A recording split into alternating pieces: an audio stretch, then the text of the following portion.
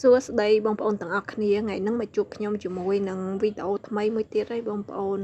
ហើយចំពោះថ្ងៃហ្នឹងគឺជាថ្ងៃសម្រាប់បងប្អូនហើយថ្ងៃហ្នឹងគឺនិយាយទៅបងប្អូនគឺចាញ់ធ្វើម្ហូបចឹងណាហើយចំពោះម្ហូបថ្ងៃហ្នឹងគឺខ្ញុំធ្វើសម្លម្ជូរស្រែចឹងហ្នឹងបងប្អូននិយាយទៅគឺសាមញ្ញដូចជាអត់មានអីពិបាកទេចំពោះសម្លហ្នឹងអញ្ចឹងណាបងប្អូនហើយខ្ញុំជឿថាបងប្អូនទាំងអស់គ្នាគាត់នឹងមិនពិបាកធ្វើហើយគាត់ក៏អាចធ្វើបានគ្រប់គ្នាអញ្ចឹងណាបងប្អូនហើយចំពោះបងប្អូនតើបងប្អូនទាំងអស់គ្នានៅពេលត្នេបងប្អូនចូលចិត្តធ្វើអីដែរបងប្អូន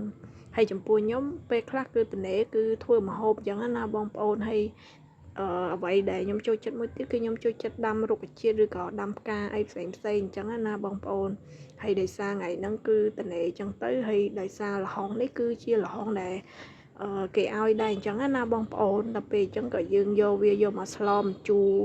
ជាប្រភេទស្លម្ជូរល្ហុងគេហៅថាម្ជូរស្រែយើងធម្មតាហ្នឹងឯងបងប្អូន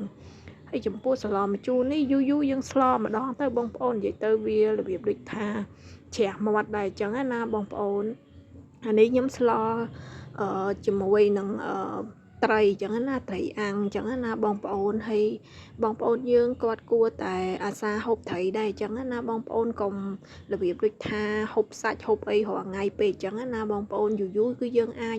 ហូបត្រីហូបអីម្ដងម្កាលអញ្ចឹងទៅឯងហើយបើអាចបងប្អូនបើអាសាមានត្រីអីហូបរាល់ថ្ងៃក៏បានដែរបងប្អូនព្រោះថាខ្ញុំគិតថាយើងហូបត្រីគឺវាល្អជាងដែលយើងហូបសាច់អញ្ចឹងណាព្រោះពេលខ្លះហូបសាច់វាមានជាតិខ្លាញ់ជាតិអីច្រើនអញ្ចឹងណាព្រោះដោយសារឥឡូវហ្នឹងគឺបើនិយាយពីជំងឺវិញគឺវាច្រើនមែនតើណាបងប្អូនគឺច្រើនមុខហ្មងនិយាយទៅមិនដឹងថាជំងឺអីខ្លះទេបងប្អូនគឺសឹងថាគេហៅថាជំងឺរាប់រយមុខហ្មងបងប្អូនលើសឈាមជាតិស្ករជាតិអីគឺសបោបងប្អូនអើយឥឡូវនោះអ្នកខ្លះក៏មានជំងឺមហារីកអីផ្សេងគឺសបោហ្មងបងប្អូនដោយសារតការហូបចុកចឹងណាវាពាក់ព័ន្ធជាមួយនឹងការហូបចុកចឹងណាបងប្អូនហើយពេលខ្លះបន្លែអីហ្នឹងគីមីអីចឹងយើងហូបច្រើនហើយរបៀបដូចថាដូចឥឡូវ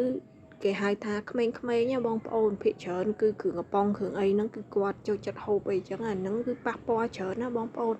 អញ្ចឹងបានថាឥឡូវនេះគឺពិបាកមែនតើហ្មងបងប្អូនចំពោះការហូបចុកចឹងណាយើងគួរតែគិតចឹងណាមុនហូបចុកអីចឹងទៅបងប្អូនហើយឥឡូវគឺសម្លខ្ញុំគឺរួចរាល់ហើយបងប្អូនដូចជាវាមិនពិបាកអីទេចំពោះសម្លម្ជូរនេះគឺវាងាយស្រួលធ្វើទេហើយខ្ញុំជឿថាបងប្អូនក៏ចេះធ្វើហើយចឹងណាហើយក៏មិនបានបង្ហាញពីរបៀបធ្វើឲ្យដែរព្រោះខ្ញុំមិនមែនជាគេហៅថាអ្នកជំនាញអីដែរចឹងណាបងប្អូន